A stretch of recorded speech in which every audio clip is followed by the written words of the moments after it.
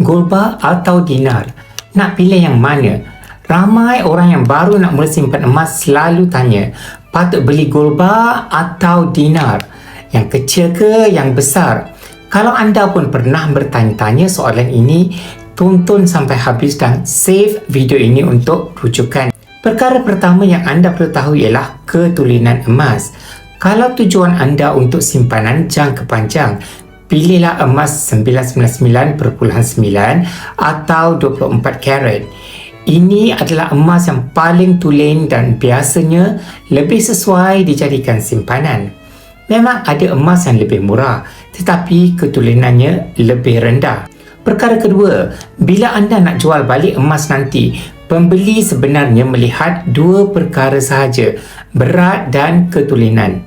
Jadi sama ada bentuknya gold bar atau dinar. Kalau berat dan ketulenannya sama, nilai emas itu hampir sama. Bezanya cuma pada reka bentuk, saiz dan citarasa masing-masing. Ketiga, sebelum membeli, cuba semak 5 perkara ini. Berapa harga setiap gram? Berapa rendah spread jual beli? Adakah stok emas sentiasa mudah didapati? Adakah syarikat mempunyai banyak cawangan untuk urusan jual beli? Dan yang paling penting, adakah proses jual balik mudah tanpa syarat yang menyusahkan?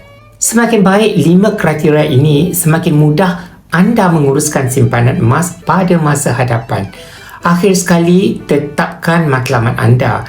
Nak simpan untuk dana kecemasan, deposit rumah, persaraan, pendidikan anak. Bila matlamat dah jelas, lebih mudah untuk tentukan sama ada anda perlukan gold bar 5 gram, 10 gram, 50 gram atau dinar. Ingat, tiada saiz emas yang paling baik. Yang terbaik ialah saiz yang sesuai dengan bajet dan matlamat simpanan.